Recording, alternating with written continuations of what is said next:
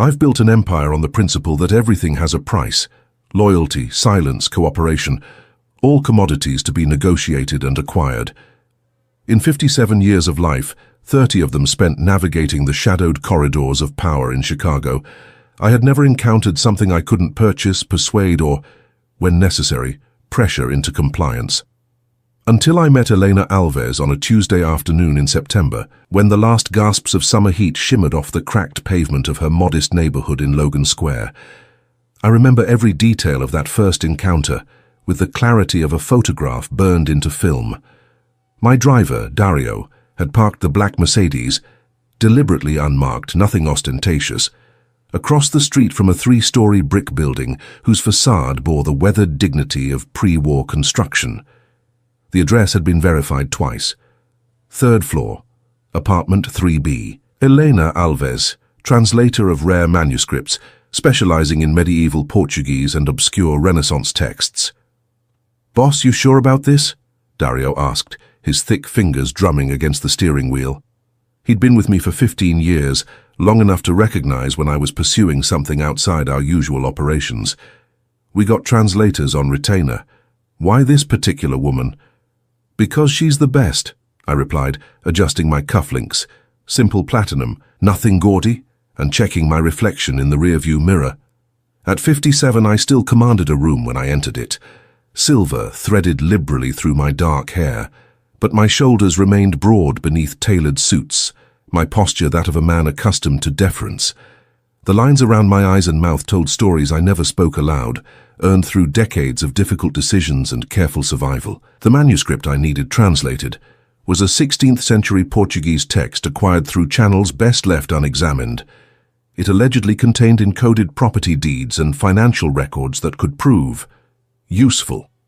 But it required someone with expertise in archaic dialects and historical context, someone discreet, someone I could control. Elena Alves's academic credentials were impeccable. Doctorate from the University of Chicago, publications in obscure scholarly journals, recommendations from professors who spoke of her work with reverence. What made her perfect for my purposes was her isolation. No family in Chicago, few friends, a solitary existence devoted entirely to her translations. Easy to influence, easy to contain. Or so I believed.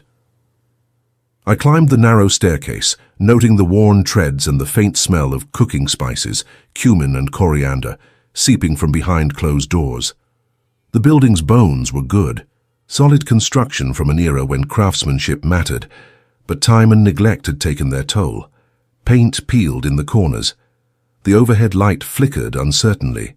Apartment 3B's door was painted a deep forest green, the only one in the hallway with any color.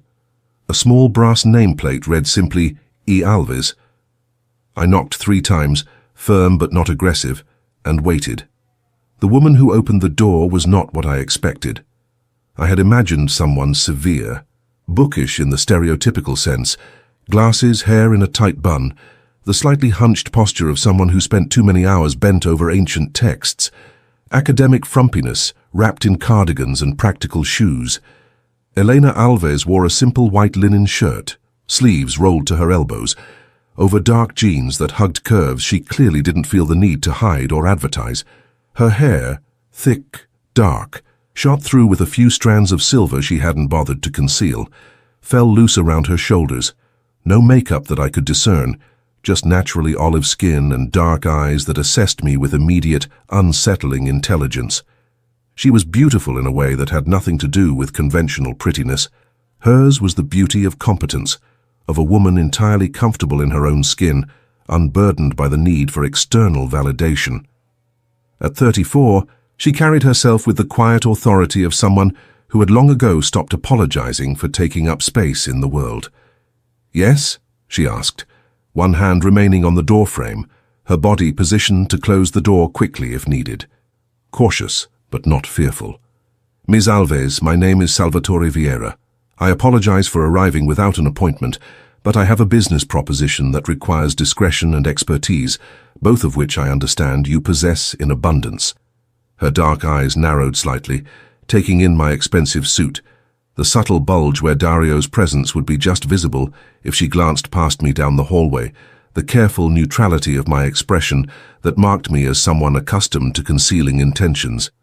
"What kind of business proposition, Mr. Vieira?" I appreciated the directness.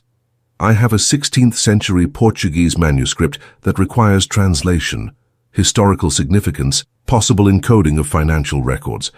I need someone who can not only translate the text, but understand the historical context and identify any concealed information. I'm prepared to pay very well for your services and your absolute discretion." Something flickered in her eyes, not greed as I'd expected, but professional interest. She glanced past me, noting Dario's position by the stairwell, then returned her attention to my face. "How well is very well, Mr. Vieira?" I named a figure, 5 times her typical rate for such work, based on my research into her previous projects. Elena's expression didn't change. "That's generous, almost suspiciously generous. What aren't you telling me about this manuscript?" "Its provenance is complicated, but I assure you the work itself is entirely legal. I'm not asking you to do anything criminal, merely to translate a historical document." "Merely," she repeated, a slight smile touching her lips that didn't reach her eyes. "And the discretion you mentioned, what exactly would that entail?" "The manuscript's contents remain confidential. You would work exclusively on this project until completion. No discussion of the text with colleagues, no publication of findings, no retention of copies.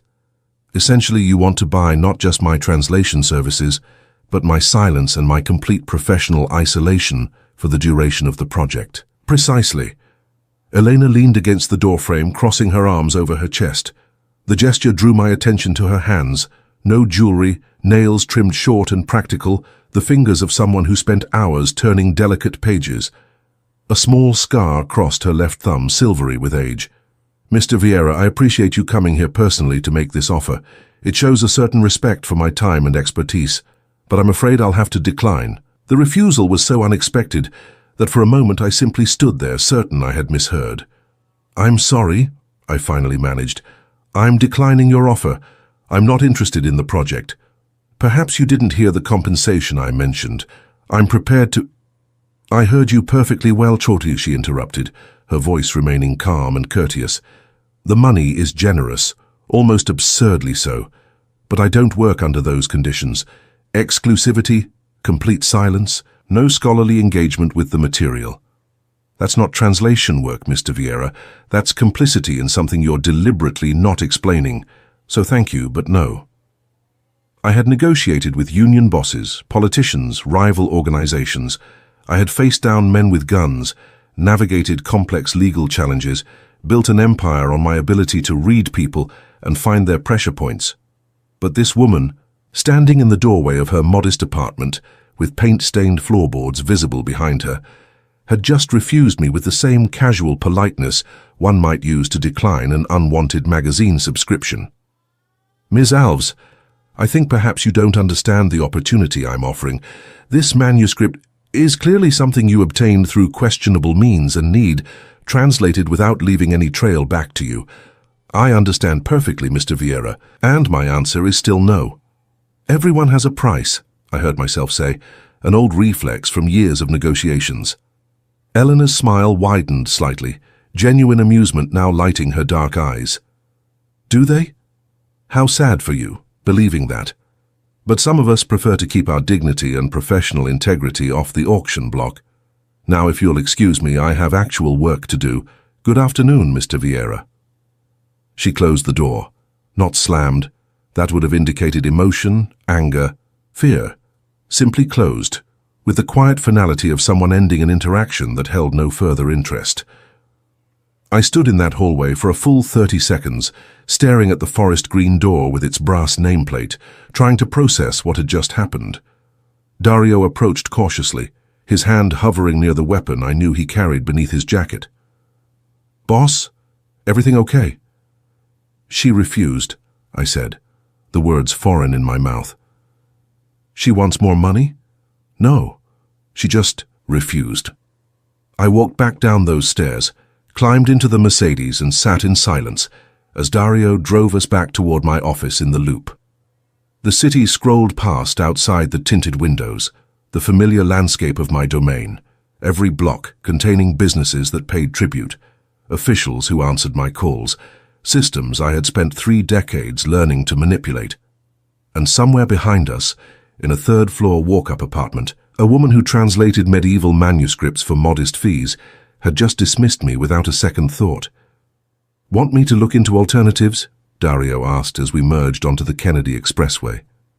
"Other translators?" "No," I heard myself say. "Not yet." Because something had happened in that brief interaction, something I couldn't quite name. Elena Alves had looked at me, at Salvatore Vieira, who men feared and politicians courted, and seen nothing worth being impressed by, had assessed my offer with her sharp intelligence, and found it wanting not because the price was too low, but because the terms offended her principles. When had anyone last refused me on principle? That night, I sat in my study in the Gold Coast brownstone I'd owned for 20 years, a glass of 30-year-old scotch untouched at my elbow, thinking about dark eyes that held no fear and a voice that had said no, as though it were the easiest word in any language. My younger brother Bruno found me there near midnight, still sitting in the dark, still turning over the encounter in my mind. "Dario said the translator didn't work out," he said, pouring himself a drink and settling into the leather chair across from my desk.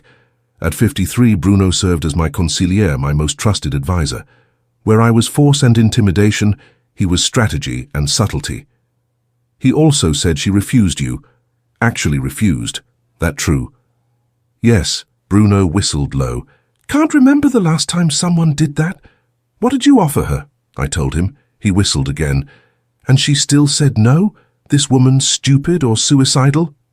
"Neither. Principled. Principles are expensive, Sal. Everyone sells them eventually." I took my first sip of the scotch, letting it burn down my throat. That's what I told her. She found it sad that I believed it.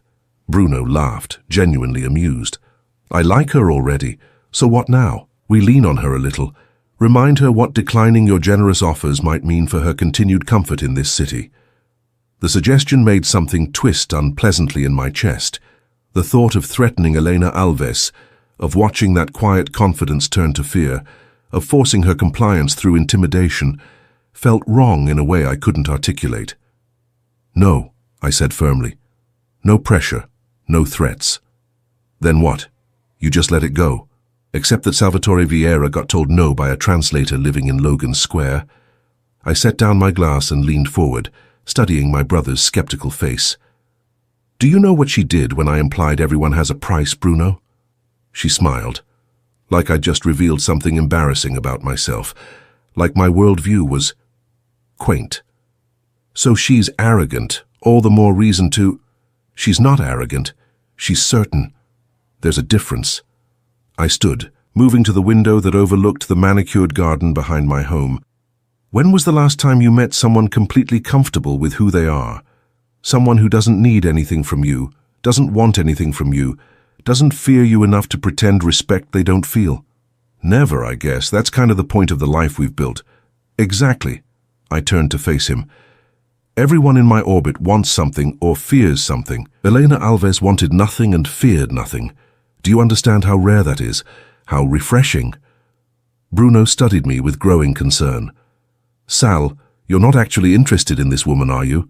Because that would be complicated, I know."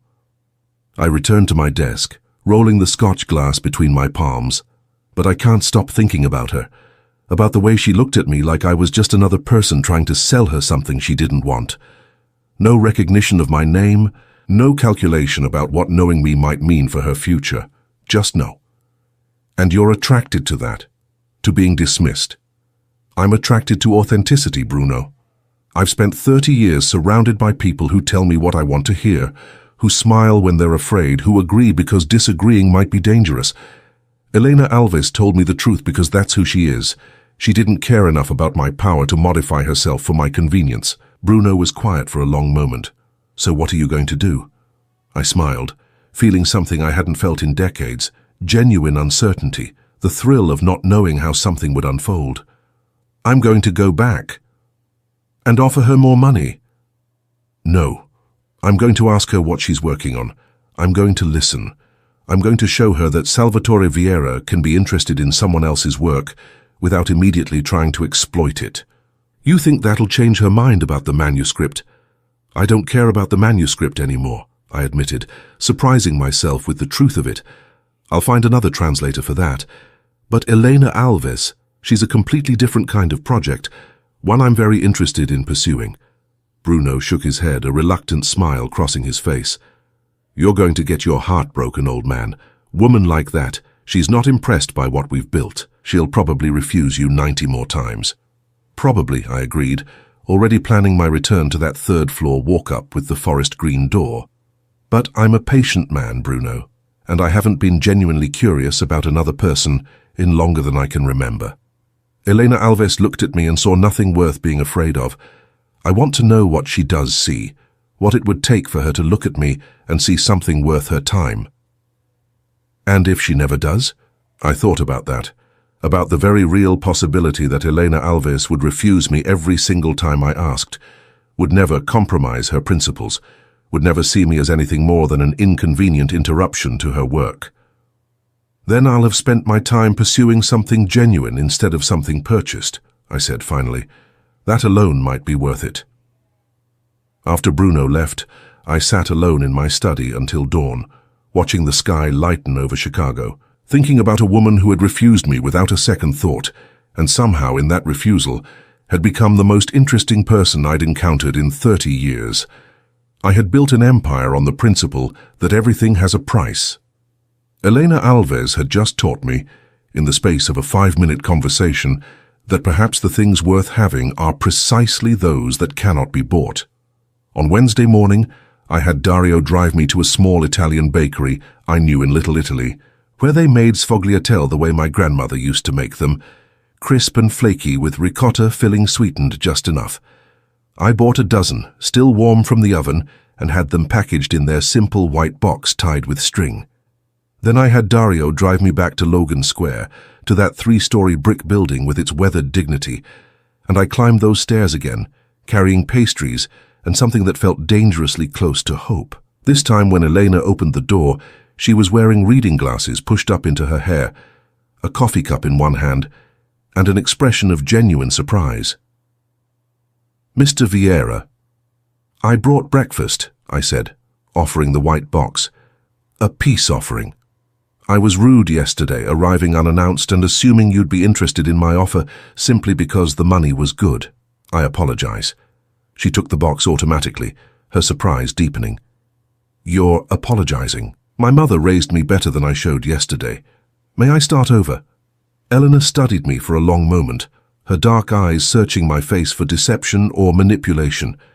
Whatever she saw there must have satisfied her, because she stepped back from the doorway. 5 minutes, Mr. Vieira. I have a deadline. I stepped into Elena Alves's world, and everything began to change. Elena's apartment was exactly what I should have expected, and nothing like what I'd imagined. The space was small, perhaps 600 square feet of living area, but every inch had been claimed with purposeful intention. Books lined every wall from floor to ceiling, organized by what I would later learn was language and era rather than author or subject. Portuguese texts occupied the wall nearest the window, their spines faded with age and handling. Latin manuscripts claimed the space above her narrow galley kitchen. Medieval French and Italian shared the wall opposite her desk. But it was her workspace that captured my attention completely. An antique wooden table, solid oak scarred with decades of use, dominated the main room, positioned to catch the northern light that poured through 3 tall windows. On its surface lay an organized chaos that spoke of deep concentration. A manuscript spread open beneath a glass weight, pages covered in her careful handwriting, reference books stacked within arm's reach, colored pencils for marking different types of annotations. The walls above her desk were covered with photographs, not of family or friends, but of illuminated manuscripts, architectural details from medieval churches, close-ups of calligraphy in scripts I couldn't identify. A corkboard held index cards covered in her handwriting, what looked like vocabulary lists and grammatical notes. "You can sit there," Elena said, gesturing to a worn armchair near the window as she moved to her small kitchen. Coffee, I was about to make a fresh pot. Please. I settled into the chair, noting how it faced her workspace, positioned for someone who wanted to observe her at work. A reading lamp arched over one arm. A stack of novels, contemporary fiction this time, not academic texts, sat on the side table. The sfogliatelle are from Nonna's, I said as she measured coffee grounds with the precision I was already recognizing as characteristic. My grandmother was Sicilian. She made them every Sunday morning. These are the closest I've found to hers. Elena glanced at the white box she'd set on her small counter. That's a very specific peace offering. I wanted to bring something that mattered, not just something expensive. She paused in her coffee preparation, looking at me directly. Why? Why what? Why do you care about making peace with someone who refused your business offer? Men like you, she hesitated, choosing her words carefully. Men with your kind of resources and influence don't usually accept no as a final answer. They find leverage. They apply pressure. They don't show up with pastries and apologies. I appreciated her directness, the way she didn't pretend ignorance about who I was. You're right. Usually I don't. But you're not a business proposition anymore. Ms. Alves, you're someone who made me think about things I haven't considered in a very long time. What things? Whether getting what I want is the same as getting what I need. Whether power is the same as connection. Whether being feared is the same as being known. Elena finished preparing the coffee, bringing two mismatched mugs, one clearly a souvenir from some academic conference, the other plain white ceramic, and settling into a chair across from me. She'd chosen the straight-backed wooden chair from her desk rather than sharing the comfortable seating area, maintaining professional distance. Those are unusually philosophical thoughts for someone in your line of work, she observed. What do you think my line of work is? I think you acquire things, property, influence, cooperation, through means that exist in the grey areas between legal and illegal. I think people do what you ask because refusing carries consequences. I think you're accustomed to operating in a world where leverage and fear are more valuable currencies than trust or genuine connection. That's remarkably accurate for someone who claims to know nothing about me. I didn't claim ignorance, Mr. Vieira. I claimed lack of interest in participating in your world. There's a difference. She sipped her coffee, watching me over the rim of her mug.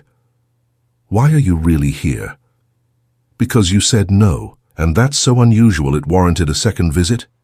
It's so unusual it made me curious about the kind of person who could say it, the kind of person who looked at a substantial sum of money and saw only the strings attached, who valued her integrity more than financial security. Elena smiled slightly, a genuine expression that softened her features. Financial security is a myth, Mr. Vieira. I learned that young. My parents died when I was 19. Car accident, sudden and stupid and wasteful. They'd spent their lives being secure, good jobs, retirement savings, health insurance, all of it meaningless in the face of a drunk driver running a red light. I learned then that the only thing you really own is who you are when no one's watching. Everything else can be taken away in an instant. I'm sorry about your parents. It was 15 years ago. I've made peace with it. She set down her mug. But it taught me to make choices based on who I want to be, not what I want to have. Your offer yesterday. Taking it would have required me to be someone I'm not. Someone willing to compromise her principles for money. So I said no. It was actually very simple. Nothing about you is simple, Miss Alves. Elena, if you're going to keep showing up at my door with baked goods, we might as well use first names. Salvatore. Most people call me Sal. I think I'll stick with Salvatore, she said, a hint of amusement in her voice. It suits you better. More formal, more old world. We drank our coffee in companionable silence. I found myself noticing details I'd missed in my first visit, the way sunlight caught dust motes floating above her workspace, the faint smell of old paper and ink that permeated the apartment, the classical music playing so softly I hadn't initially registered it. What are you working on? I asked, nodding toward her desk. Helena's face lit up with genuine enthusiasm. A 15th century Portuguese maritime log, a ship captain's personal journal from a voyage to West Africa. The Portuguese is archaic, full of nautical terminology that doesn't translate cleanly into modern language, and his handwriting is atrocious, but it's fascinating. You can see him grappling with the moral implications of the slave trade, trying to reconcile his Catholic faith with what he was being ordered to do. Ordered by whom? Portuguese nobility financing the expedition. They wanted gold and slaves. He wanted to map coastlines and document indigenous cultures. The tension is visible in every entry. She gestured to her notes. He never explicitly condemns the trade. That would have been too dangerous. But he finds ways to honor the humanity of the people he encounters, describes their family structures, their languages, their spiritual practices. It's subtle rebellion. You admire him. I admire his courage to document truth even when truth was dangerous, to maintain his integrity within a system designed to crush it. She met my eyes. Sound familiar? You think I'm like these Portuguese nobles, financing something morally questionable? I think you're like most powerful people throughout history, operating within systems that reward ruthlessness and punish compassion. The question isn't whether you're trapped in that system. It's whether you ever stop and question it. And you think I don't? I think you showed up yesterday trying to buy my cooperation without bothering to say, please. That suggests a man who's forgotten what it means to ask, rather than demand. The criticism should have angered me. Instead, I found myself smiling. You're right. I did forget. So let me try again. Elena, would you please tell me more about this ship captain and his impossible position? She studied me for a moment, clearly weighing whether my interest was genuine or manipulative. Whatever she decided must have been in my favor, because she stood and gestured for me to follow her to her desk. For the next hour, Elena walked me through her translation process, explaining how she cross-referenced nautical terminology, how she identified emotional subtext in formal language, how she built historical context around bare facts. She spoke with her hands when she was excited, gesturing to illustrate points, her whole body engaged in the act of explanation. I found myself genuinely fascinated, not by the manuscript itself, though it was interesting, but by watching Elena work, by seeing the precision of her mind and the passion she brought to honoring these centuries-old words. She wasn't just translating language, she was resurrecting a human being, giving voice to someone who'd been silent for 500 years. You love this, I observed when she paused to refill our coffee cups. Of course I do. Why else would I spend years getting a doctorate in medieval Portuguese literature? Why else would I live in this tiny apartment, translating obscure manuscripts for modest fees, when I could be teaching at a university for a steady salary? Why don't you teach, I mean? Elena leaned against her kitchen counter, cradling her fresh mug. Academia requires compromises I'm not willing to make. Publish or perish, department politics, competing for grants. I tried it for 2 years after finishing my doctorate, hated every minute except the actual research. So I left. Built this instead. She gestured around her book-lined apartment. It's small and uncertain, but it's mine. I answer to no one but the text itself. That's a luxury most people can't afford. It's a priority most people won't choose, she corrected. There's a difference. I live simply, keep my expenses minimal, take freelance work that interests me, and decline what doesn't. I have enough. That's more than most people can say. I thought about my Gold Coast brownstone, the expensive suits, the Mercedes waiting downstairs with Dario inside, all the markers of success I'd accumulated over 3 decades. Elena had just described it all as excess rather than achievement. You think I'm wasteful, I said. I think you've confused having things with being someone. Most people do. It's not a moral failing, Salvatore, it's just sad. You pity me. A little, she admitted. You came here yesterday trying to buy my cooperation because that's the only method of connection you remember. You came today with pastries because someone along the way taught you that gifts can be manipulative too. But you haven't yet figured out how to just be. How to be present with another person without an agenda. And if my agenda is simply to know you better, then you're still operating transactionally. I'll invest time and attention now so you'll give me something later. That's not connection, Salvatore. That's investment strategy. She was right, of course. Everything I did was calculated, measured against potential returns. Even this conversation, even my genuine fascination with her work, part of me was still thinking about what it might yield. "How does one stop being transactional?" I asked, genuinely curious. Eleanor smiled. "You start by staying present in moments that serve no purpose, by having conversations that lead nowhere, by spending time with someone simply because you enjoy their company, not because you're working toward any particular outcome." Is that what this is? A purposeless conversation? It's starting to be. You asked about my work. I told you. You seemed genuinely interested. That's not transaction. That's just two people talking about something one of them finds fascinating. No agenda, no goal, just exchange. I looked at my watch, an old Rolex my father had given me, simple and elegant, and was startled to discover that 90 minutes had passed. I'd told Dario I'd be 15 minutes, 20 at most. "I should go," I said, standing. "I'm sure you need to get back to your captain's moral crisis." "Probably. Deadlines wait for no one." Elena walked me to the door. "Thank you for the sfogliatelle, Salvatore, and for asking about my work. Thank you for sharing it, for teaching me the difference between demanding and asking." I was halfway down the stairs when her voice stopped me. "Salvatore?" I turned to see her leaning over the railing, her dark hair falling forward over her shoulder. "If you come back, and I suspect you will, bring questions, not gifts. Your attention is more valuable than your money." I drove back to my office with those words echoing in my mind, with the taste of good coffee and better conversation still on my tongue, with the unfamiliar sensation of having spent time doing absolutely nothing productive and feeling somehow enriched by it. Bruno found me that afternoon staring out my office window, neglecting the stack of documents that required my attention. "How'd it go?" he asked.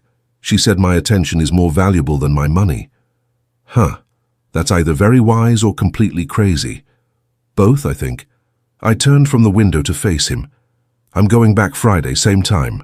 "Why Friday?" "Because that gives me 5 days to think of good questions, to learn how to be present without agenda, to practice being someone worth her time." Bruno shook his head, but he was smiling. "You've got it bad, old man." "I've got it differently," I corrected. "For the first time in 30 years, I'm pursuing something I can't calculate or control. It's terrifying. And I can't wait to see what happens next."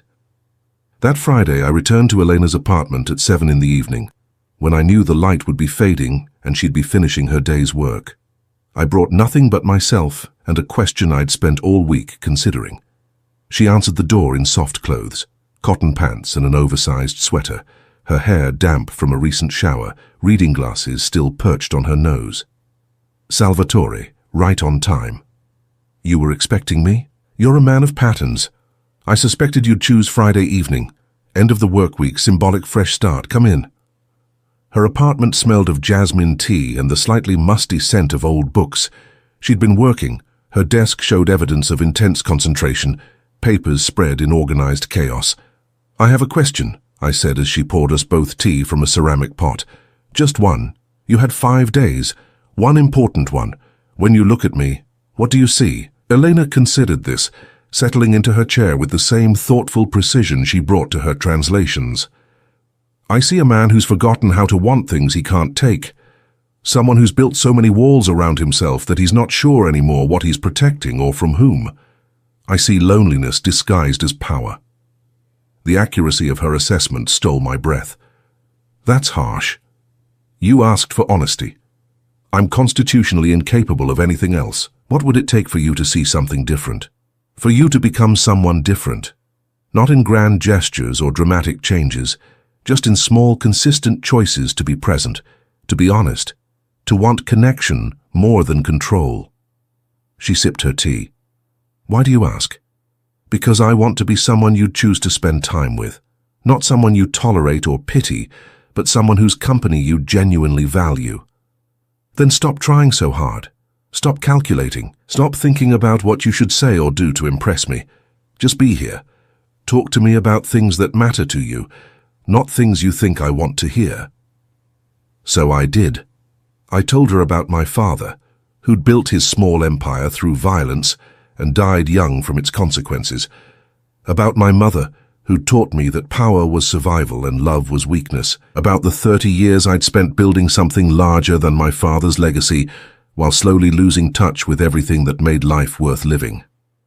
Elena listened without judgment, without advice, just present in that moment of honesty. And when I finished, she told me about her own ghosts, the parents she'd lost, the academic career she'd abandoned, the loneliness of choosing integrity over belonging. We talked until midnight, until the tea grew cold, and the city sounds outside her window shifted from evening bustle to night quiet. We talked about nothing that served any purpose, achieved any goal, moved toward any objective. We just talked. Two people, present in a moment that led nowhere except to the next moment. And when I finally left, walking down those familiar stairs to where Dario waited patiently in the Mercedes, I felt something I hadn't felt in decades, the simple satisfaction of being known by another person, not feared, not obeyed, just known. "Same time next Friday?" Elena asked as I paused at her door. "If you'll have me." "Bring your questions, Salvatore. I'll bring the tea." It became our pattern. Every Friday at 7 I climbed those stairs to apartment 3B, and Elena opened her forest green door to let me into her world.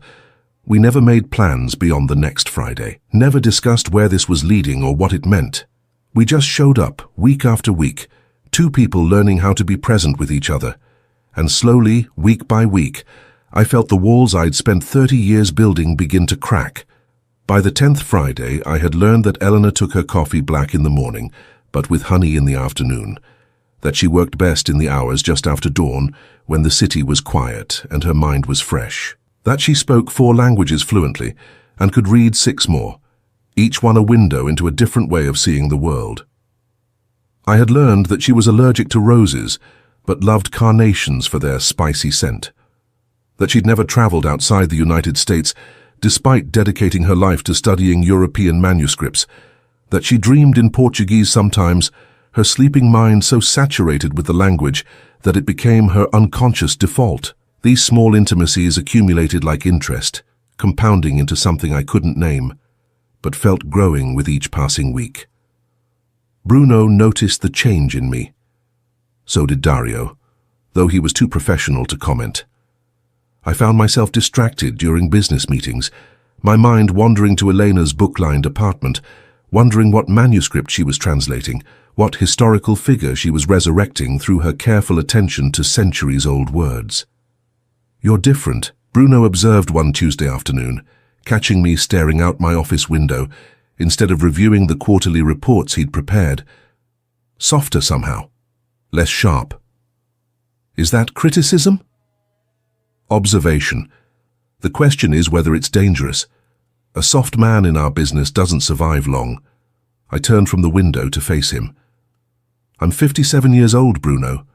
I've survived 3 decades in a world designed to kill or corrupt everyone who enters it. Maybe softness isn't weakness. Maybe it's what happens when you finally remember you're human." Philosophy now, she's really gotten to you. She's teaching me the difference between existing and living. There's a distinction I'd forgotten. Bruno studied me with concern. "You seeing her? Romantically, I mean?" "I'm seeing her every Friday. We talk, we drink tea. We exist in each other's presence without agenda or expectation. Is that romantic? I don't know. It's something. Though, something I haven't felt since, maybe ever.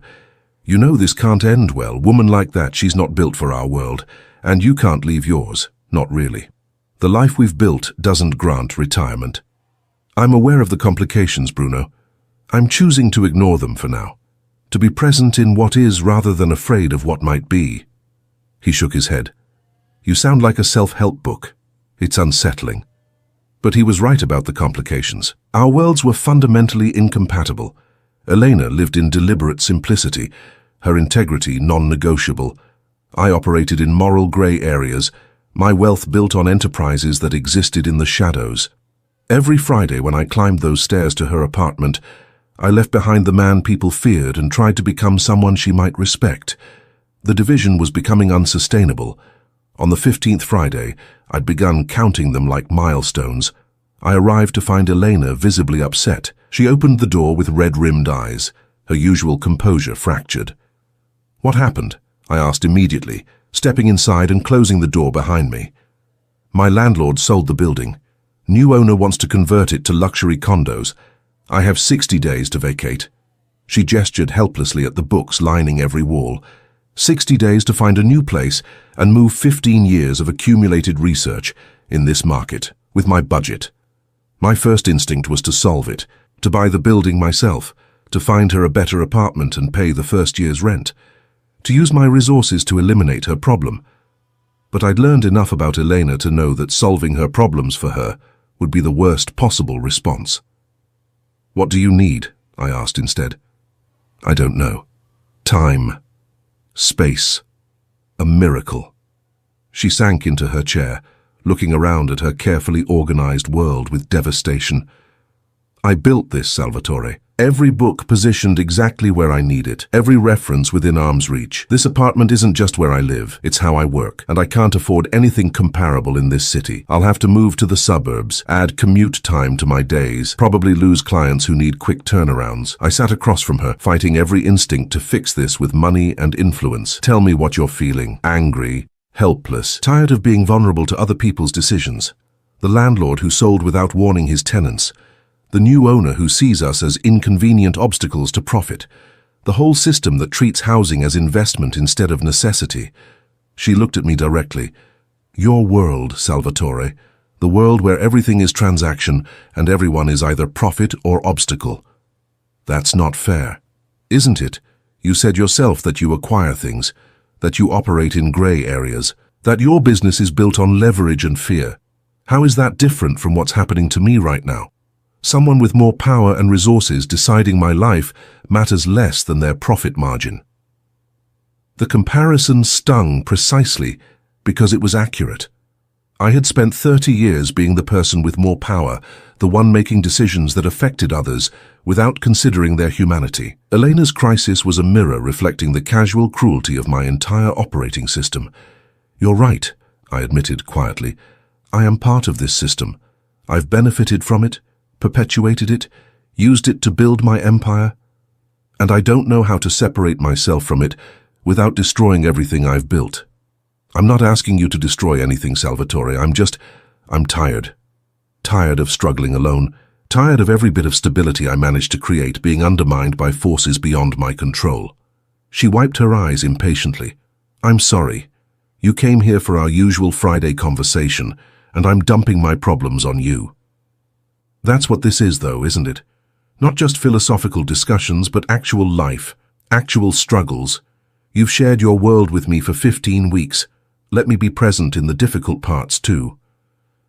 Elena smiled slightly through her distress. The student becomes the teacher.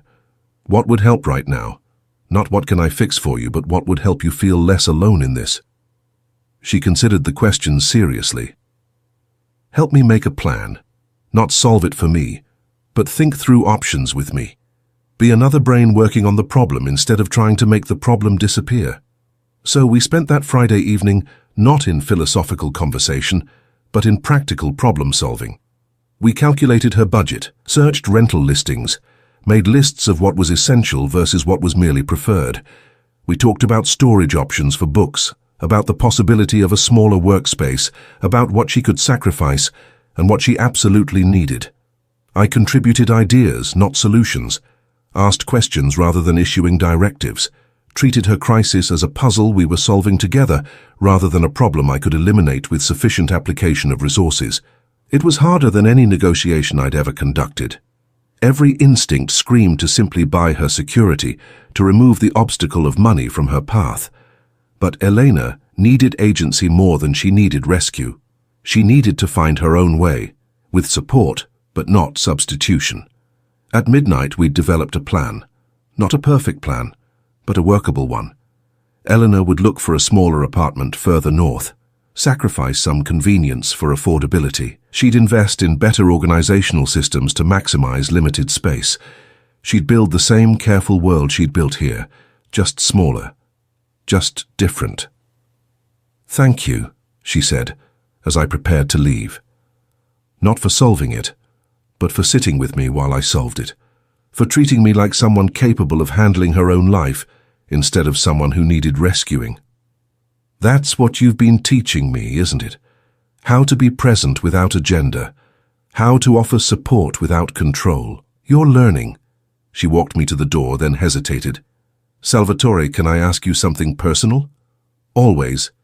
Why do you keep coming here? Really? We're from completely different worlds.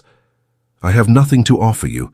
No access to power, no useful connections, no way to advance your interests.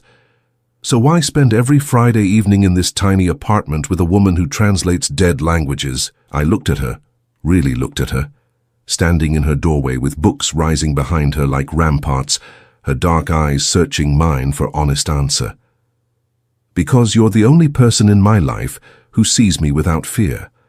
The only conversation I have all week that isn't tainted by calculation or motive.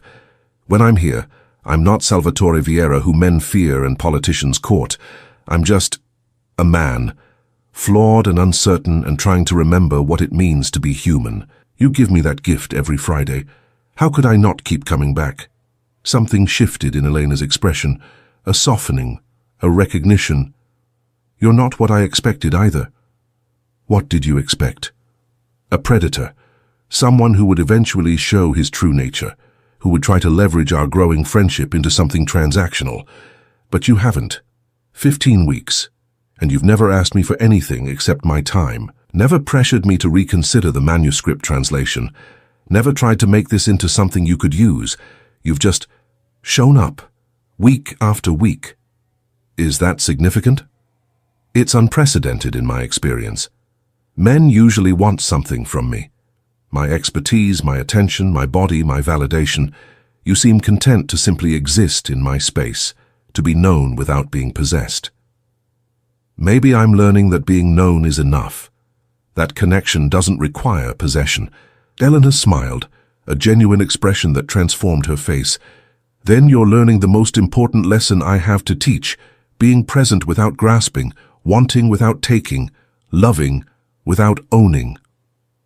The word hung between us, loving, neither of us quite ready to examine what it might mean. Same time next Friday, I asked. Same time. And Salvatore? Thank you for seeing me clearly enough to know that solving my problems would be the worst way to help me. I carried those words with me down the stairs, into the Mercedes where Dario waited patiently, back to my Gold Coast brownstone with its expensive emptiness. That night I lay awake thinking about the difference between rescue and support, between solving and witnessing, between using my power to eliminate problems and using my presence to honor someone's agency in facing them. Elena was teaching me a completely different kind of strength, not the strength of dominance but the strength of restraint, not the power to control but the power to serve. It was the hardest education I'd ever undertaken. The next Friday, number 16, I arrived with a question I'd been afraid to ask. Elena let me in, poured tea, settled into our familiar pattern of presence and conversation. But I could feel the question pressing against my throat, demanding voice. What would you do if you didn't have to worry about money? I finally asked. If resources were unlimited, how would you structure your life? Eleanor considered this, her dark eyes distant with imagining. I'd travel, see the places I've only experienced through manuscripts, walk the streets of medieval Lisbon, touch the stones of Portuguese fortresses in West Africa, stand in the libraries where these texts were originally housed. I'd photograph architectural details, study regional variations in calligraphy, understand the physical context of the words I translate. What else? I'd teach, not in traditional academia with its politics and compromises, but informally. I'd mentor young translators, share what I've learned about honoring historical voices. I'd create space for people who love this work to learn it properly. She smiled. And I'd have a cat. I've always wanted a cat, but my landlord doesn't allow pets. That's all? Travel, teaching, and a cat? What else is there? A bigger apartment would be nice, I suppose. Better lighting for my workspace. But fundamentally, my life is already what I want it to be. I just want more security in maintaining it, more freedom to expand it. I don't need luxury, Salvatore. I need stability. The simplicity of her desires made my chest ache. In her position, most people would have wanted wealth, status, the markers of success I'd spent 30 years accumulating. Elena wanted security to be herself, freedom to share what she knew and a cat. If I could give you those things, you can't, she interrupted gently, because accepting them from you would change our dynamic, would make me someone who takes from you instead of someone who exists alongside you, would introduce obligation where now there's only choice. Do you understand the difference? I did, though it frustrated me. I had the resources to give Elena everything she wanted, the travel, the teaching space, the security, the cat. But giving them would transform our Friday evenings from genuine connection to transactional relationship, would make her someone indebted to me rather than someone who chose my company freely. How do people who care about each other navigate this? I asked. The practical reality that resources are unequal, that one person has the capacity to make the other's life easier? How do you offer help without creating obligation? Carefully, respectfully, with constant attention to agency and choice. Elena set down her tea. But Salvatore, we're not at that place yet. We're still learning each other, still figuring out what this is. Introducing material support now would corrupt something that's still very fragile.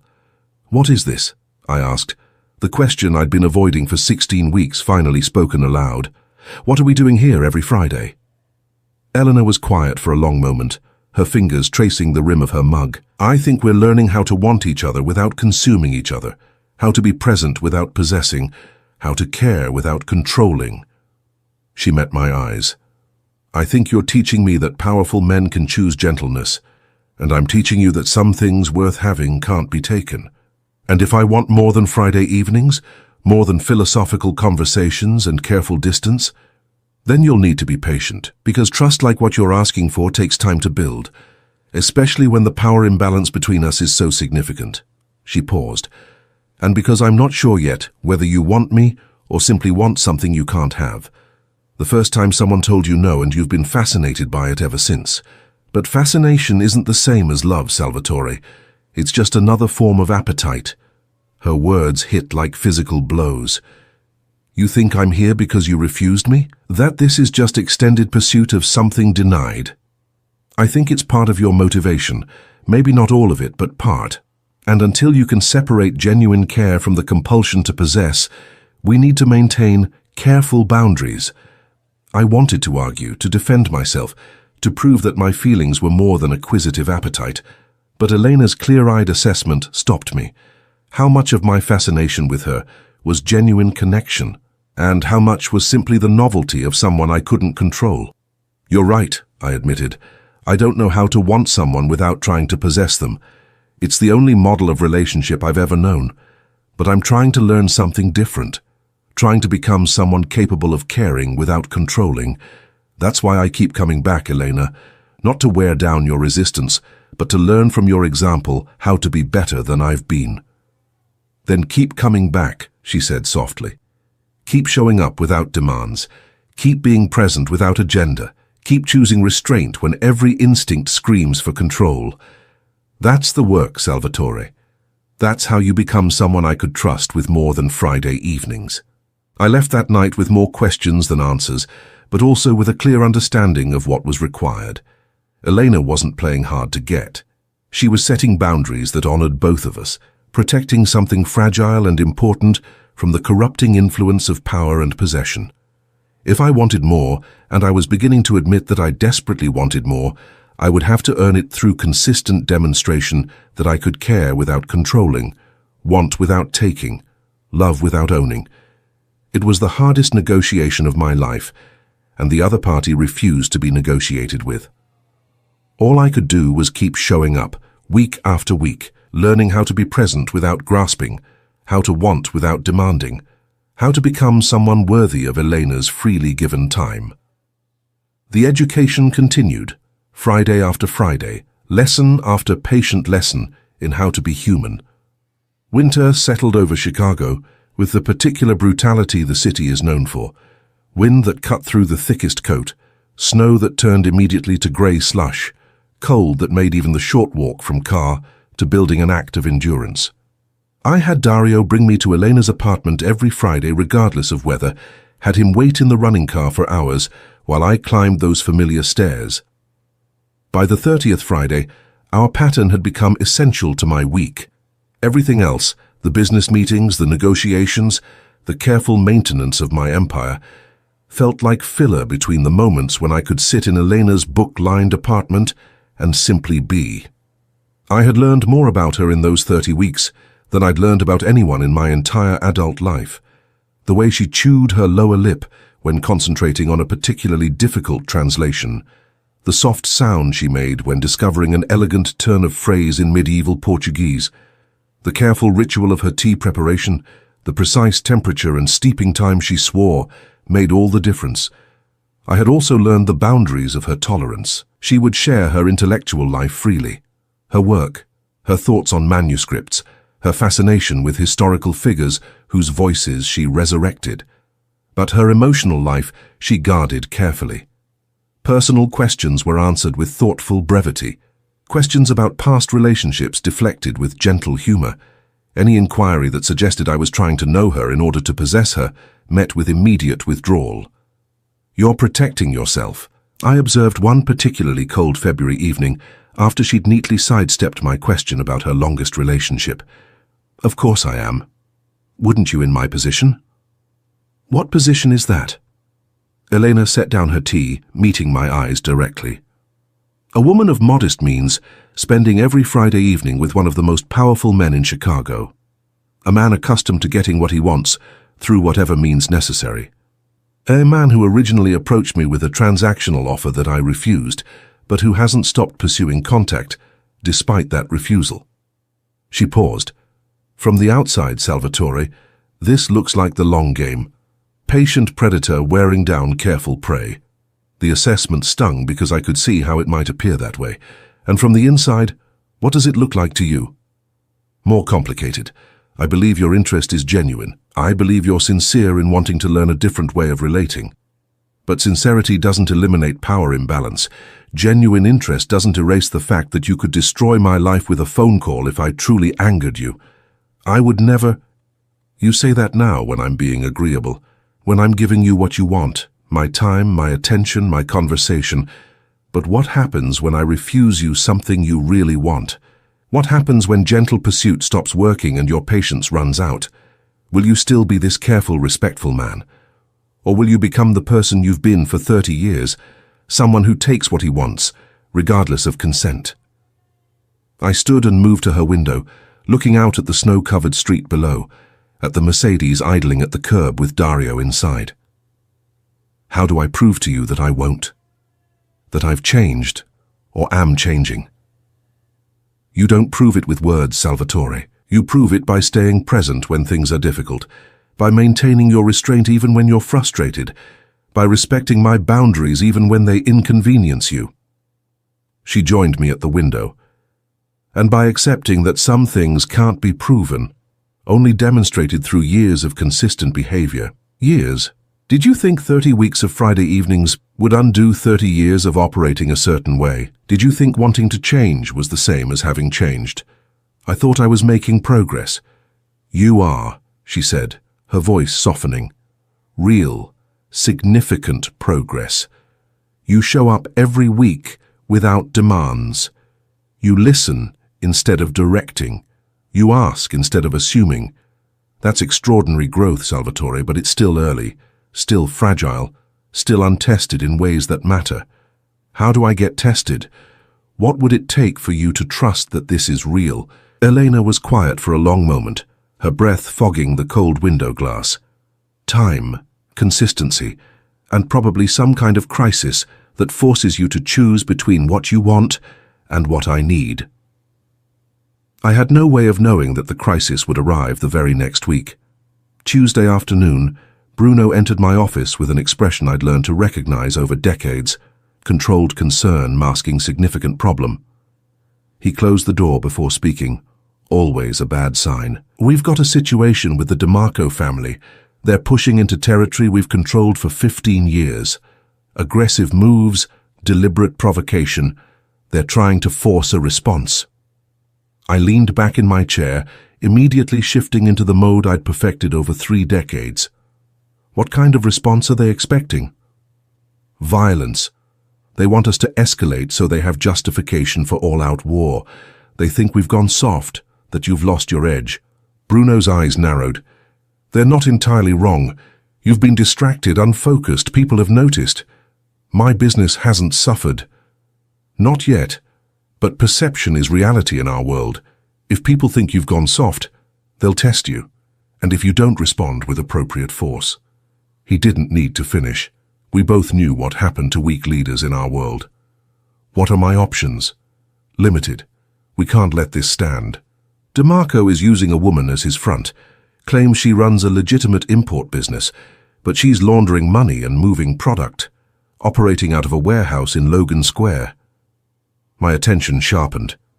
Logan Square? Yeah, why? What's the address? Bruno consulted his notes. 2847 North Kedzie. Why does that matter? My stomach dropped. That was 3 blocks from Elena's apartment.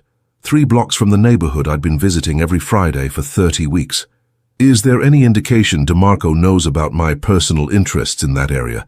Understanding dawned in Bruno's eyes. You think he's targeting your translator? Using her as leverage? I think it's a suspicious coincidence that he's operating in the exact neighborhood where I spend every Friday evening. A neighborhood I've never had business interests in before. Shit. Bruno sat down heavily. So what do? We can't ignore DeMarco's provocation. But if we respond with force in that neighborhood, your translator gets caught in the crossfire. At minimum, she'll know what you really are, what we really do. I stared at the papers on my desk without seeing them, mind racing through options and consequences. Every choice I made would reveal something to Elena. Responding with violence would prove her fears about me justified, that beneath the careful courtesy, I was still the predator she suspected. But failing to respond would show weakness my organization couldn't afford, would invite more aggression, would potentially endanger her more by suggesting she was leverage that worked. There's a third option, I said slowly. We respond, but not with violence. We outmaneuver instead of outmuscle, make DeMarco's operation unprofitable without any direct confrontation. How? His front woman is running a supposedly legitimate import business, so we make it actually legitimate. Flood the market with legal alternatives, undercut her prices, make her illegal side business unnecessary for her customers. Meanwhile, we quietly inform the relevant authorities about code violations, tax irregularities, all the bureaucratic obstacles that legitimate businesses have to navigate. We strangle the operation with red tape and competition instead of bullets. Bruno stared at me. That'll take months, cost us significant money, and it's not the strong response that re-establishes our reputation. No, it's a smarter response, one that achieves the same goal without collateral damage, without putting innocent people at risk. I met his eyes. Without forcing me to be the person I'm trying not to be anymore. This is about her, the translator. This is about the kind of man I want to be, Bruno, the kind of operation I want to run. We've spent 30 years using fear and violence because it was efficient. Maybe it's time to discover if there's another way. And if DeMarco interprets this as weakness, if others follow his lead, then we deal with that when it comes. But I'm not sacrificing who I'm trying to become to maintain a reputation built on who I used to be. Bruno stood, shaking his head. You've changed, Sal. I'm not sure yet if it's for better or worse, but you've definitely changed. After he left, I sat alone in my office, understanding that I'd just made the choice Elena had predicted. Between what I wanted, the easy, violent solution that would have been my default response 6 months ago, and what she needed, even though she didn't know she needed it.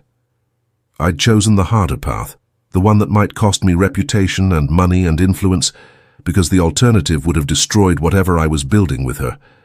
The test had come sooner than expected, and I'd passed, though at a cost I wouldn't fully understand for weeks. That Friday, I arrived at Elena's door with snow in my hair, and the weight of my decision still heavy on my shoulders. She took one look at my face and knew something was wrong. What happened? I wanted to tell her. Wanted to share the burden of the choice I'd made, the gamble I was taking with my organization's future, because I refused to let violence touch her neighborhood. But telling her would mean explaining my world in detail she'd deliberately avoided knowing. "Business complications," I said instead. "Nothing for you to worry about." Eleanor studied me with those dark, knowing eyes. "You're lying, or at least not telling me the whole truth.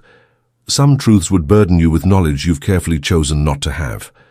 I'm protecting you from details that would force you to be complicit in my world, by making decisions about things that affect my neighborhood without telling me."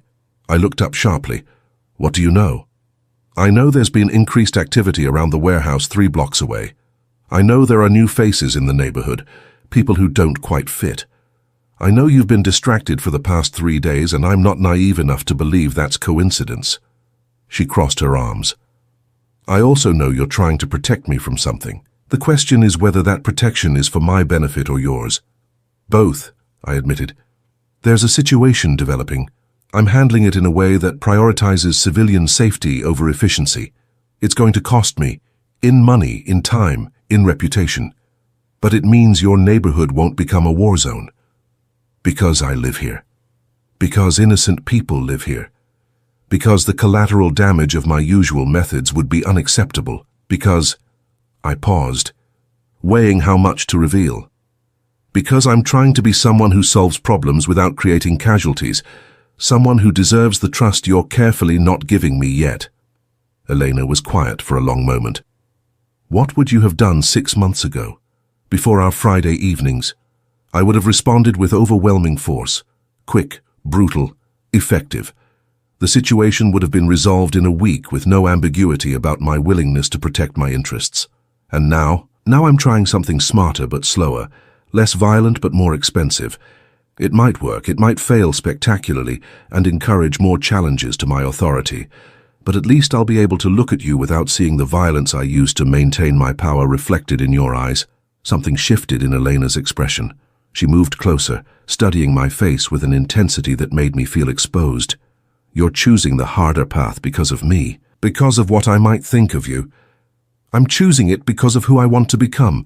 You're just showing me who that is." She reached out then, for the first time in 30 weeks of Friday evenings, and touched my face. Her palm against my cheek, warm, despite the winter cold that clung to both of us. "Thank you. For choosing carefully. For protecting people you don't even know, because violence would make you someone you don't want to be." I covered her hand with mine, holding it against my face. "This is the test you mentioned, the crisis that forces me to choose between what I want and what you need. And you chose well, Salvatore. You chose to be the man you're trying to become instead of the man you've been. That matters more than you know." We stood that way for a long moment, her hand against my face, my hand covering hers, something fundamental shifting between us. Not possession, not consumption, just connection, freely offered and carefully received. "I should tell you," Elena said softly, "that choosing the harder path because it's right, that's more attractive than any amount of power or money could ever be. You're learning, Salvatore. Slowly, imperfectly, but genuinely learning." I turned my head slightly, pressing a kiss into her palm before releasing her. "And you're still keeping your careful distance, still protecting yourself from complete trust." "For now," she agreed, "but a little less distance than before, a little more trust earned. It wasn't everything I wanted, but it was progress.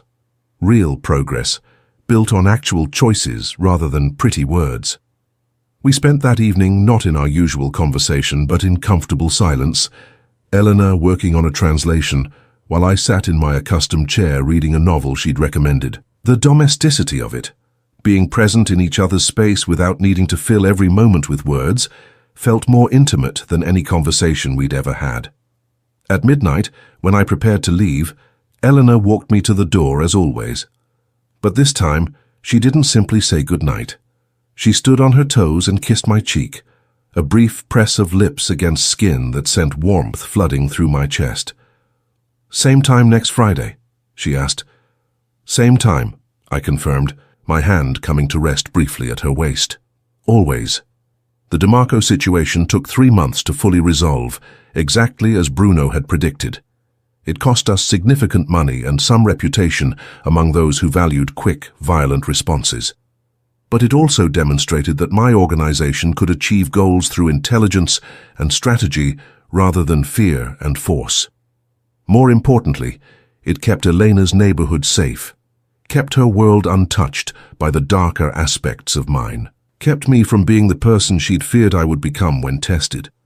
Through those 3 months, I showed up every Friday at 7, and every Friday Elena's trust grew incrementally. She shared more of her emotional life, asked more personal questions, allowed more physical closeness.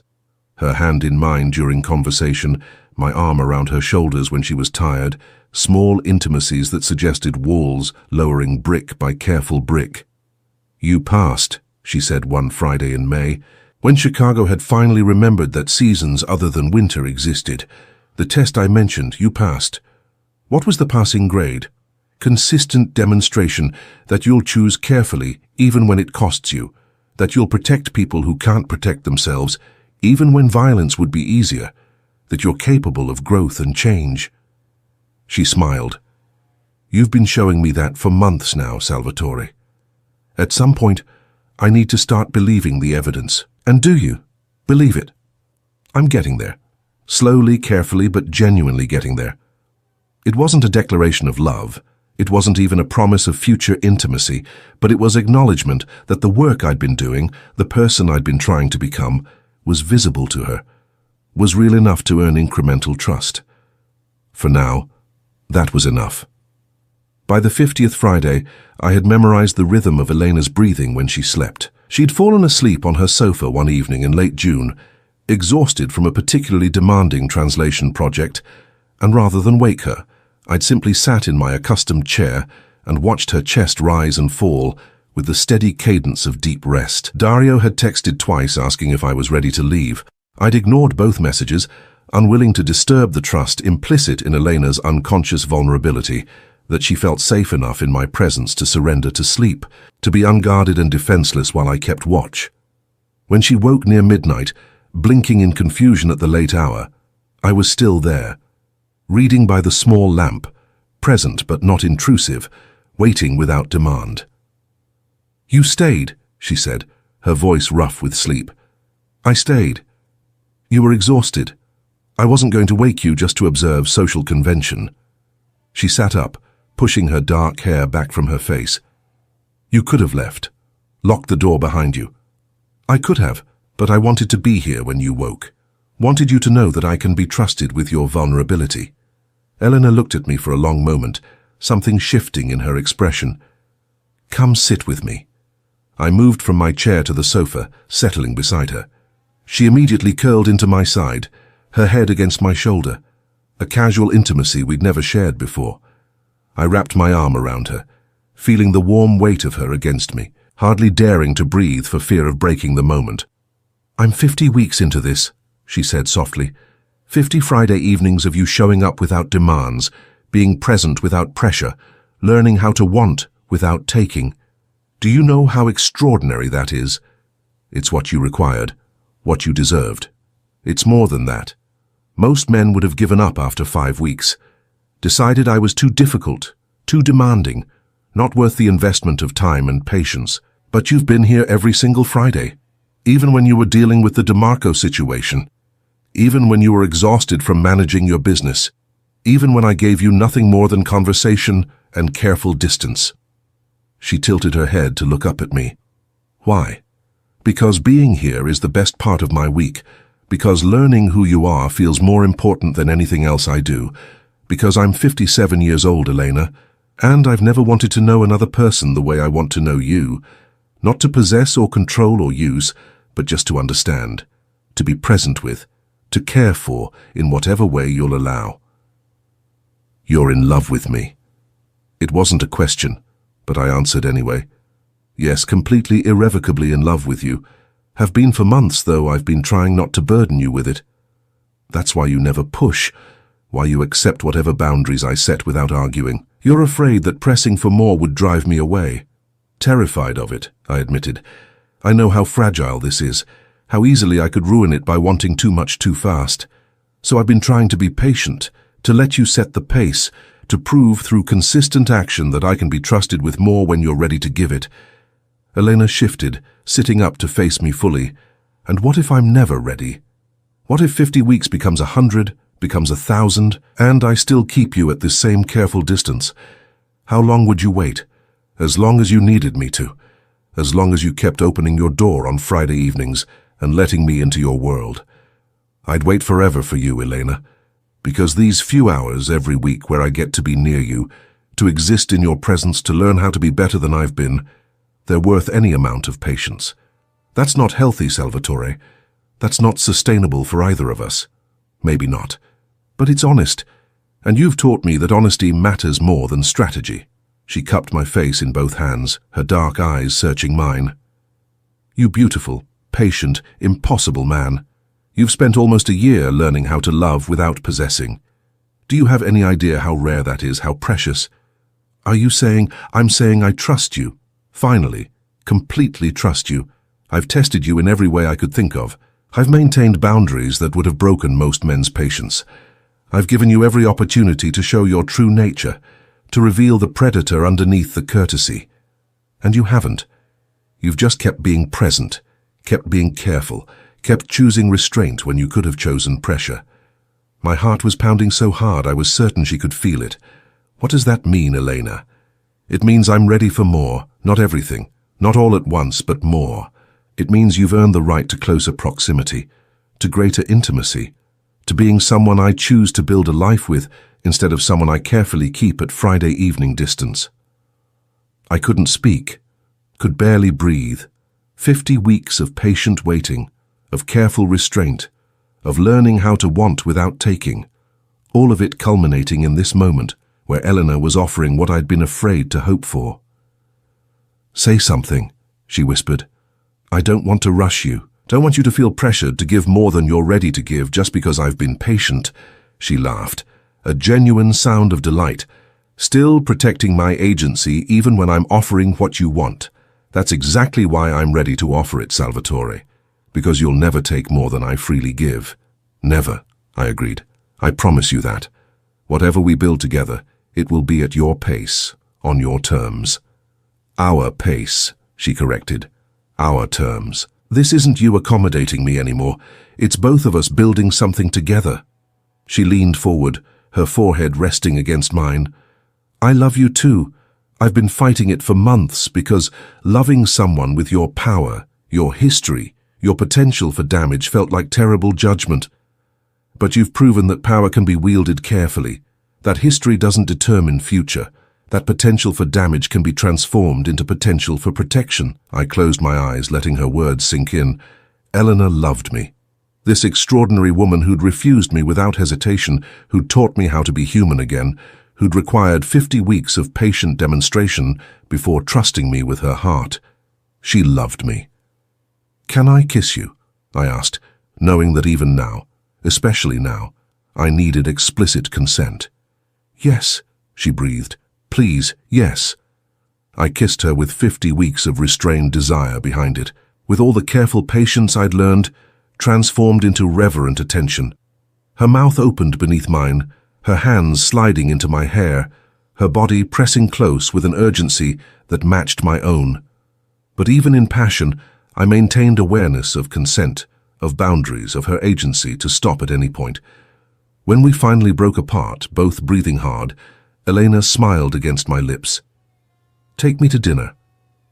I pulled back slightly, confused by the non sequitur. What? Take me to dinner. Tomorrow night. An actual date instead of Friday evening conversations in my apartment. I want to see what it's like to be courted by Salvatore Vieira in the actual world instead of this careful bubble we've created. Are you sure? Going public with our connection means my world starts to touch yours more directly. People will know you're important to me. That could bring complications. I'm sure. I've spent 50 weeks keeping careful distance from your public life. It's time to discover whether what we've built in private can survive in daylight. She traced my jawline with gentle fingers.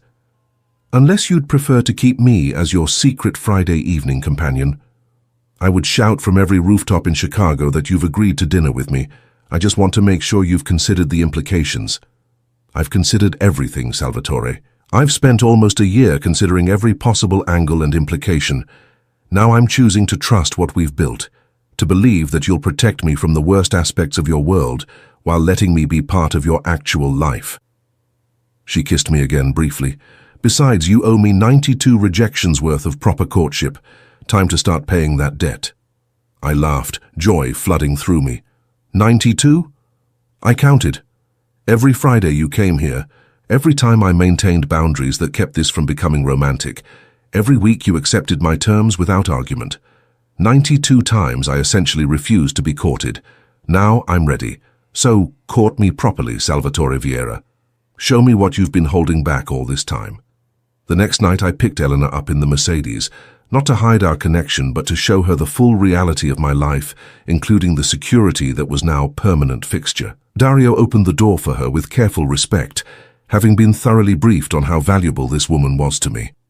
Elena wore a simple black dress that somehow managed to be more elegant than the designer gowns I was accustomed to seeing at expensive restaurants. Her hair fell loose around her shoulders, and she'd applied minimal makeup that enhanced rather than concealed her natural beauty. "You're stunning," I said, as she settled into the leather seat beside me. "You're biased, but thank you." I took her to a small Italian restaurant in River North, family-owned, impeccable food, and nothing ostentatious about its elegance. The kind of place where quality mattered more than flash, where the pasta was handmade and the owner's grandmother's recipes were treated as sacred texts. The owner, Giuseppe, greeted me warmly but with clear curiosity about my companion. I'd never brought a woman here before, had always dined alone or with business associates. Elena's presence was noteworthy. "Giuseppe, this is Elena Alves. Elena, Giuseppe Moretti. His family has been making the best pasta in Chicago for 3 generations. 2 generations, Giuseppe corrected with a smile. My son refuses to learn, says he's going to be a lawyer instead. He shook Elena's hand warmly. Any woman who can convince Salvatore to smile like that is welcome in my establishment. Your usual table? He seated us in a quiet corner, brought wine I hadn't ordered but knew I'd want, left menus but suggested we let him choose our courses. It was the kind of service that came from decades of relationship, from being more than just customer and owner. "He likes you," Elena observed after Giuseppe retreated to the kitchen. "I helped his family once, when developers were trying to force them out of this location. Reminded certain people that this restaurant was untouchable." I smiled slightly. "One of the few times I've used my influence for something entirely good. You do that more than you admit. The hospital wing you donated, the scholarship fund, the protection you extend to businesses in your territory that treat their workers fairly." I looked at her in surprise. "You researched me." "Of course I did. You researched me before our first meeting. Seemed only fair to understand who I was spending my Friday evenings with." She sipped her wine. "You're more complex than your reputation suggests, Salvatore. Capable of great violence, certainly, but also capable of great generosity. You exist in grey areas, morally speaking." "Does that bother you? It complicates you, makes you harder to categorize as simply good or simply bad. I've decided I prefer complicated truth to simple fiction." She reached across the table, taking my hand. "I'm not naive about who you are, about what you've done and continue to do, but I also see who you're trying to become. Both things can be true simultaneously. I don't deserve you, maybe not, but you've earned the chance to try. That's all anyone can ask for." We talked through multiple courses, the conversation flowing as easily as it did in her apartment, but with the added pleasure of being seen together in public, of not hiding our growing connection. I found myself relaxing into a version of public presence I'd never accessed before, not the feared business leader or the powerful crime boss, but simply a man having dinner with a woman he loved. Other diners noticed, of course.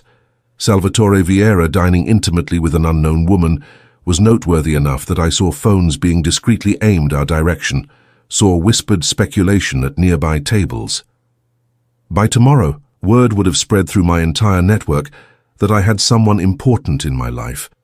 The implications of that would be complicated.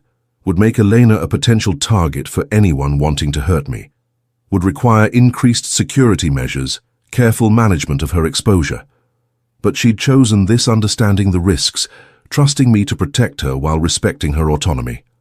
After dinner, instead of having Dario drive us directly back to her apartment, I asked if she'd like to walk along the river. It was a warm summer night, the city's lakefront bustling with evening activity, and I wanted to extend our time together for as long as she'd allow.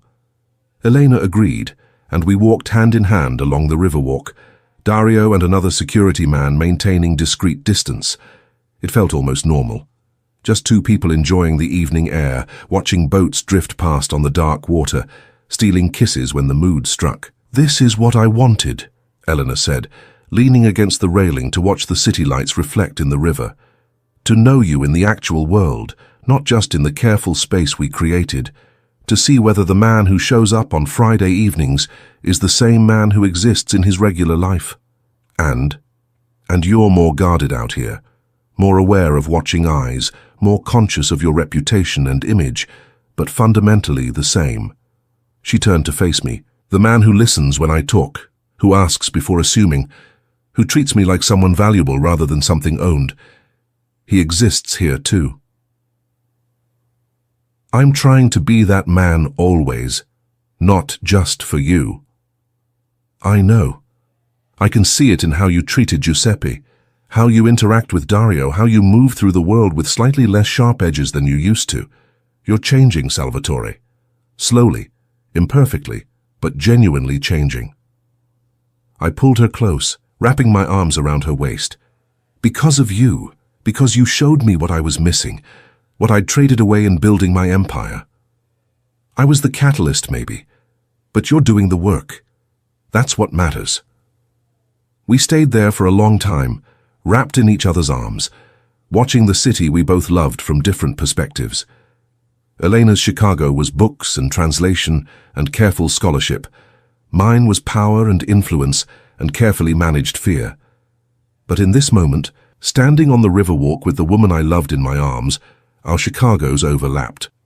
When I finally drove her home, I walked her to her door as I'd done 92 times before, but this time, when she invited me in, it wasn't for tea and conversation.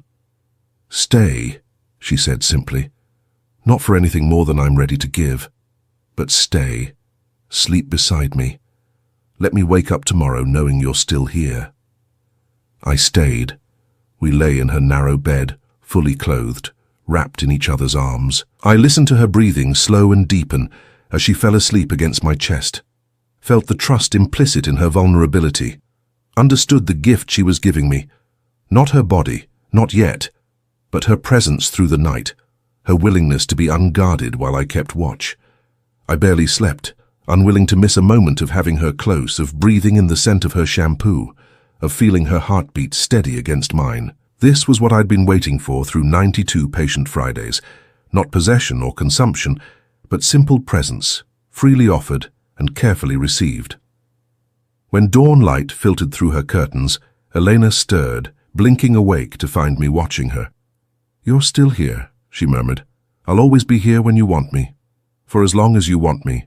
She smiled, sleepy and content. "Then I think you're going to be here a very long time, Salvatore Vieira." It was the most beautiful promise I'd ever received. The 93rd Friday arrived 2 years after the first. 2 years of patient waiting, of careful restraint, of learning how to love without possessing. 2 years of watching Elena's trust grow brick by brick until the walls between us had transformed from barriers into bridges. In those 2 years, our lives had intertwined in ways I'd never imagined possible. Elena had moved to a larger apartment, one she'd found and chosen herself, though I'd quietly ensured the building was secure and well-maintained through channels she didn't need to know about.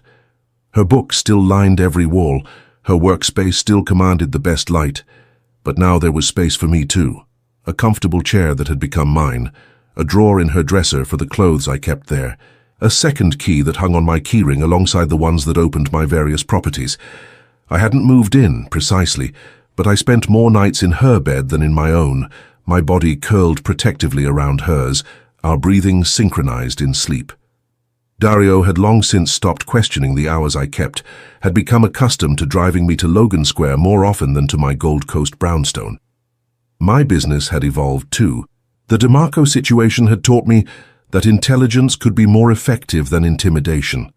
That strategy could achieve what violence had accomplished, but at lower cost, both moral and practical. I still operated in grey areas, still wielded power that came from fear and influence, but I'd found ways to be more surgical, more careful, more mindful of collateral damage. Bruno attributed the changes to Elena's influence, and he wasn't wrong. Knowing her, loving her, being accountable to someone whose respect I desperately wanted to maintain, it had reformed my decision-making in fundamental ways. I still did things she wouldn't approve of, but I did fewer of them, and with greater consideration for consequences beyond my immediate interests. "You're domesticated," Bruno observed one Thursday afternoon, catching me checking my watch for the third time in an hour. "Can't even focus on business meetings anymore because you're thinking about tomorrow night. Friday evenings are important to me." "Friday evenings are your entire life now. You realize that, right? Everything else, the business, the meetings, the careful management of your empire, it's all just filler between the moments you get to be with her." Is that criticism? Observation? You're happier than I've ever seen you. Also more vulnerable. Anyone who wants to hurt you now knows exactly where to apply pressure. The concern was valid.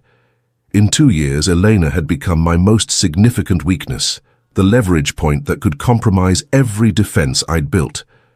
I'd increased security around her, without her full knowledge, had people watching her building, had resources allocated to ensuring her safety that she'd probably find invasive if she knew about them.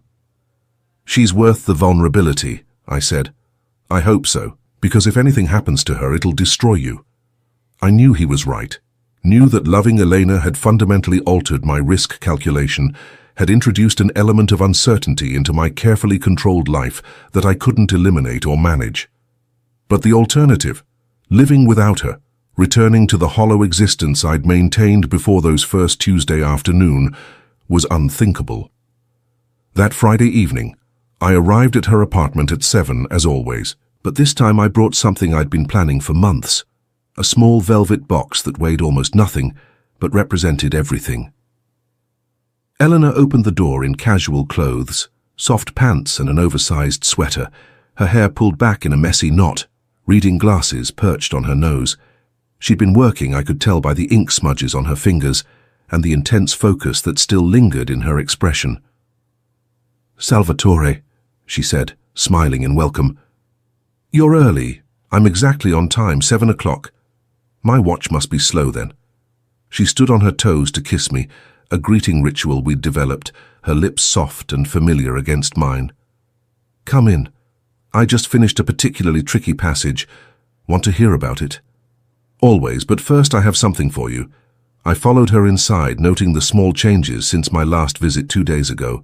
Fresh flowers in the vase on her desk. Carnations. She still loved carnations. A new stack of books from the antiquarian shop she frequented. The subtle rearrangement of furniture that suggested she'd been restless, thinking while she worked. Elena settled into her accustomed chair, looking at me with curious attention. "What is it?" I sat across from her, the velvet box heavy in my pocket. My heart was pounding with a nervousness I hadn't felt since adolescence, since before I'd learned to control my emotional responses through force of will. 2 years ago, I began, you opened your door to a man who was trying to buy your cooperation, who thought everything had a price and everyone could be purchased or pressured into compliance. You saw through that immediately, refused me without hesitation, taught me that some things, some people exist outside the transactional logic I'd spent my entire adult life mastering. Elena's expression softened. "You've told me this story before." "I know. But I need you to understand what it meant. What you've meant. Before you I was powerful but empty, feared but not known. I'd built an empire at the cost of my humanity, and I didn't even realize what I'd lost until you showed me what life could be when someone sees you clearly and chooses you anyway. Salvatore, let me finish, please." I took a deep breath. You've spent 2 years teaching me how to love without possessing, how to want without taking, how to be present without agenda. You've required patience I didn't know I was capable of. You've set boundaries that forced me to become better than I've been. You've given me the gift of being known, truly known, by another person. I pulled the velvet box from my pocket, but didn't open it yet. Just held it, this small container of my hopes and fears. I know I'm not what anyone would choose for you. I'm too old, too morally compromised, too entangled in a world you've deliberately avoided. I know that loving me brings complications and dangers you never asked for. I know I can never be the simple, safe choice. You're not simple or safe, Elena agreed quietly. You're also brave and thoughtful and capable of extraordinary growth. You're a man who shows up every single week for 2 years because you promised you would, who chooses restraint when pressure would be easier, who protects people who can't protect themselves even when it costs you. You're complicated and difficult, and absolutely worth the complications. I opened the box. Inside was a simple platinum band. No ostentatious diamond, no flashy display of wealth, just elegant metal that would sit comfortably on her hand without interfering with her work, without announcing ownership or possession. Elena Alves, will you marry me? Will you choose to build a life with me, on your terms, at your pace? Will you let me spend whatever years I have left, learning how to be worthy of the trust you've given me? She stared at the ring, then at me, her dark eyes shining with tears. You beautiful, patient, impossible man. Do you know how many marriage proposals I've refused in my life? I don't, actually. 5. 5 different men who thought that because they wanted me, I should want them back, who offered marriage like it was a promotion I should be grateful to receive, who never asked what I wanted, only assumed my answer. She reached out, taking the box from my hands. You're the first person who's ever asked like it was a real question, like my answer might actually be no, and that would be acceptable. Your answer might be no, that would be devastating, but acceptable. I'll wait longer if you need me to. I'll keep showing up on Friday evenings for another 2 years, another 10 years, however long it takes for you to be sure. Salvatore, shut up. I fell silent, watching as Elena lifted the ring from its velvet nest. She studied it carefully, the way she studied manuscripts, looking for meaning in every detail. It's simple, she observed, like you prefer. Nothing ostentatious. Nothing that would interfere with your work. Practical. Thoughtful, I hope. She slipped it onto her finger. It fit perfectly, because I'd carefully measured her size months ago, planning this moment with the same attention to detail I brought to everything involving her. The platinum caught the afternoon light streaming through her windows, elegant against her olive skin. Yes, she said simply. I wasn't sure I'd heard correctly. Yes? Yes, I'll marry you. Yes, I'll build a life with you. Yes, I choose you, complications and all, because you're the only man who's ever seen loving me as a privilege to earn rather than a right to claim. She smiled through tears. Also because you do the dishes without being asked, and you've read every book I've ever recommended, and you remember that I like honey in my afternoon tea. I crossed the distance between us in 2 strides, pulling her into my arms, kissing her with 2 years of patient wanting finally allowed to express itself fully. She kissed me back with equal intensity, her hands fisting in my shirt, her body pressed close against mine. I love you, I murmured against her lips. I love you so much it terrifies me. I love you too, even though you're bossy and overprotective and impossibly stubborn. Those are features, not bugs. She laughed, the sound bright with joy. That's exactly what I'm agreeing to marry. A man who thinks his worst qualities are actually strengths. We sank onto her sofa together, Eleanor curled against my side, both of us staring at the ring on her finger, like it might disappear if we looked away. The late afternoon light slanted through her windows, illuminating dust motes and book spines and the woman I loved, all rendered golden and precious by the quality of the light. When did you know? Elena asked. When did you know you wanted to marry me? I considered the question carefully. There wasn't one moment, it was cumulative. Every Friday evening when you let me into your world, Every conversation that made me think differently about who I am and who I want to be. Every boundary you set that forced me to become better. Every small intimacy you allowed as your trust grew. All of it accumulating until one day I realized I wanted to spend the rest of my life showing up for you, learning from you, being someone worthy of your love. That's a long engagement period. Most people propose after a few months, not 2 years. Most people haven't spent 2 years learning that the best things can't be rushed. That trust builds slowly. That some questions need time before they can be honestly asked. Elena twisted to look up at me. What changed? Why ask now instead of waiting longer? Because I finally believe I deserve you, not because I've become perfect. I'm still morally complicated, still operating in gray areas, but because I've proven to myself that I can be the man you need me to be, that I can choose carefully when it matters, that I can love without consuming. I traced her jawline gently. I've spent 2 years being tested by life and by you, and I've passed enough tests to earn the right to ask. What if you fail future tests? What if you make mistakes? Then we'll work through them together, because that's what marriage is, not finding someone perfect, but finding someone whose imperfections you're willing to accept while they work on becoming better. You've already accepted mine. Now I get to spend our lives working on deserving that acceptance. She was quiet for a long moment, her fingers playing with the ring. My work will always be important to me. I won't give up my translations, my research, my identity, to become just someone's wife. I would never ask you to. Your work is part of who you are. I'm marrying all of you, not just the parts that are convenient for me. I'll need space sometimes, solitude, hours where I'm focused on manuscripts and not available for conversation or connection. I know. I've spent 2 years watching you work. I understand the depth of concentration your translations require. I won't move to your Gold Coast brownstone, won't play hostess to your business associates, won't become ornamental decoration for your public life. I wouldn't want you to. We can live wherever you're comfortable. We can keep our relationship as private as you need it to be. You say that now, but marriage changes things, introduces expectations from other people about how we should be, how we should present ourselves. I took her face in my hands, making sure she could see the sincerity in my eyes.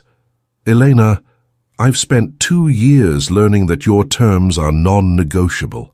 That loving you means accepting every boundary you set. That has not changed and will not change because of a ring. We'll build our marriage exactly the way we've built our relationship.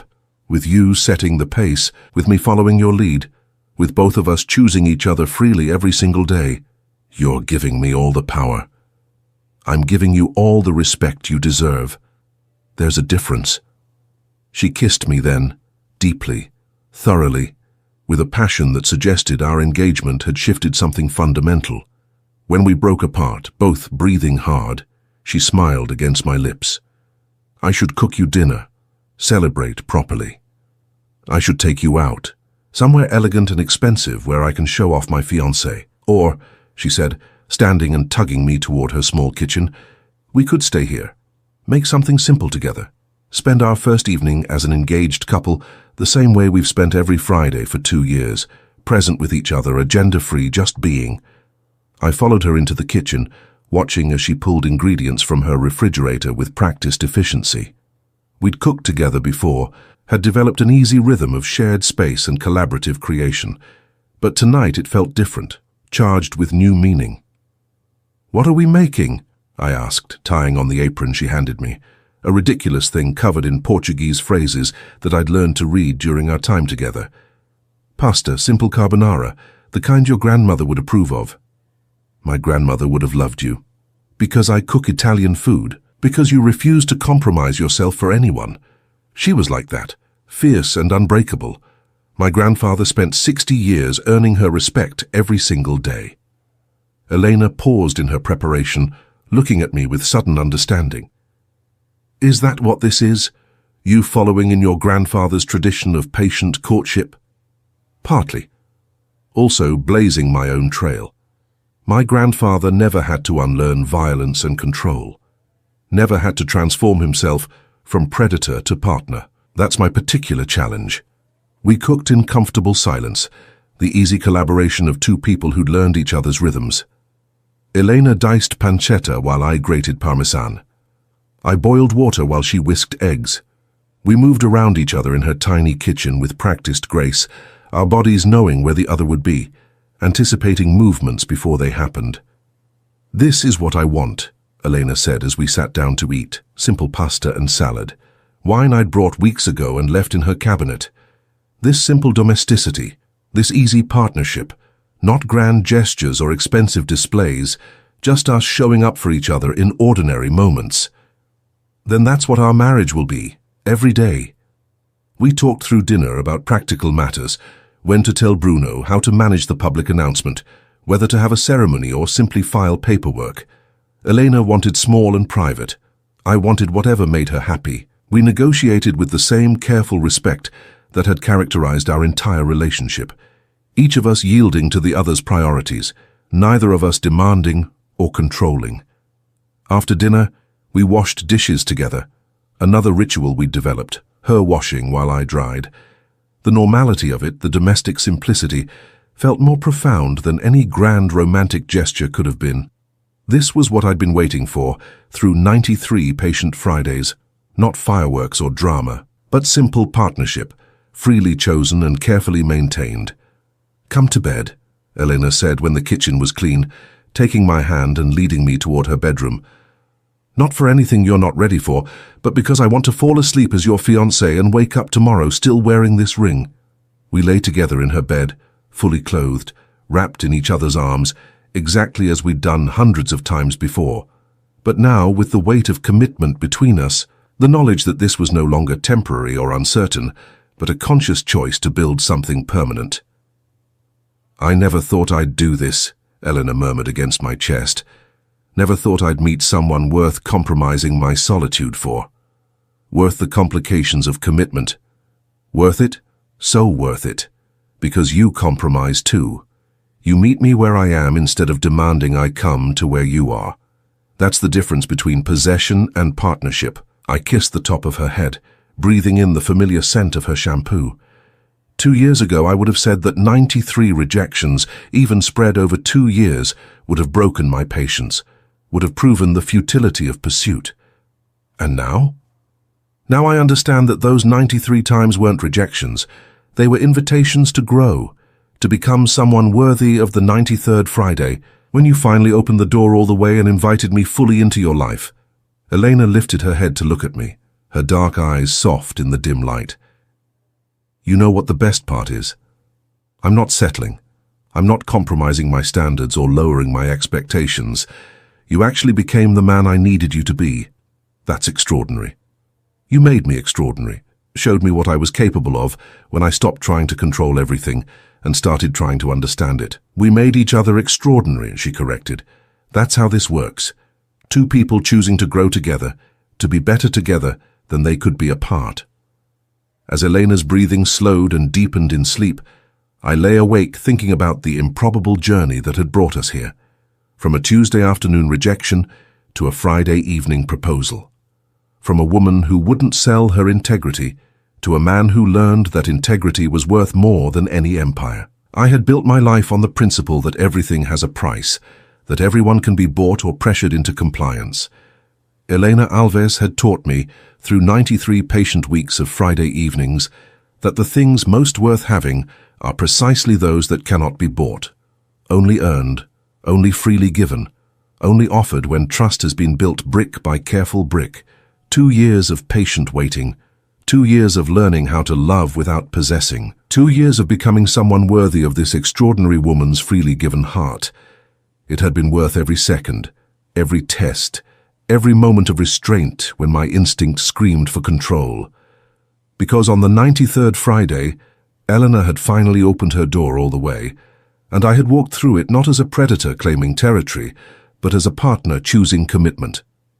As a man who had learned, at 57 years old, that the most profound power is not the power to take, but the power to wait, to be present, to become worthy, to love without owning, and to be loved in return, freely and fully, by someone who sees you clearly and chooses you anyway. That, I had finally learned, was worth any amount of patience.